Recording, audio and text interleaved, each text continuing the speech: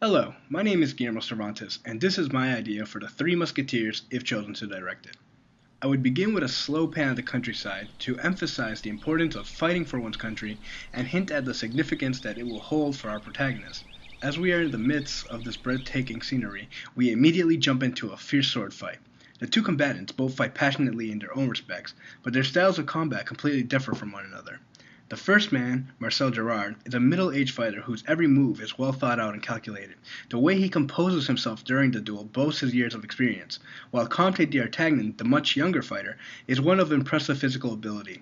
For what he lacks in experience, he makes up for in sheer natural talent.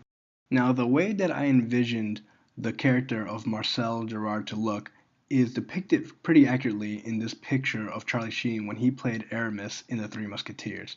As for Comte d'Artagnan, I was constantly reminded of Link from the Zelda games. Both of them have this naive nature about them as they are about to embark on their journey, and both of them are very physically adept to where they are able to overcome skill with physical prowess. As the fight continues, the two are illuminated by the warm light of the rising sun. Now, my intentions for the silhouette scenes is one of a very symbolic nature.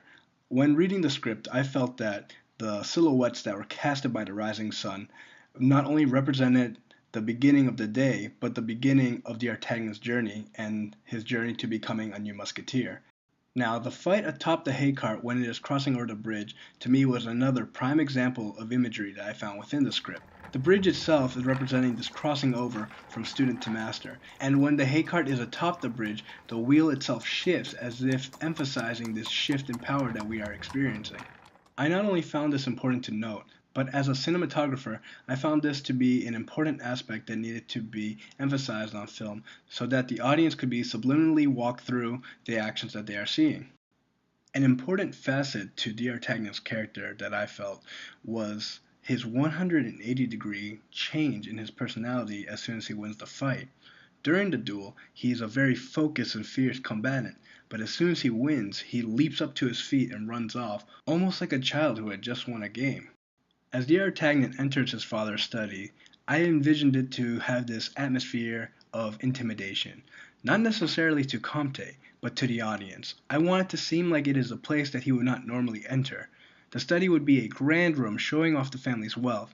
The prestige of the room itself would be something of envy.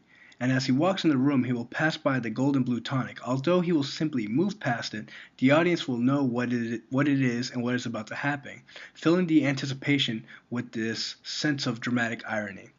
The parchment that read, "All for one and one for all," would instead be replaced with an engraved plaque that it would be centered above a fireplace to emphasize the importance of the musketeers and its order.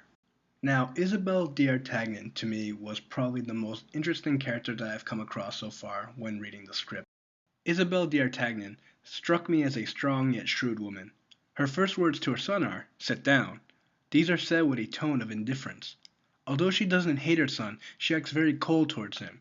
During this scene, Comte is unsure of what is happening as his mother begins to talk to him about his father and eventually presents to him his sword.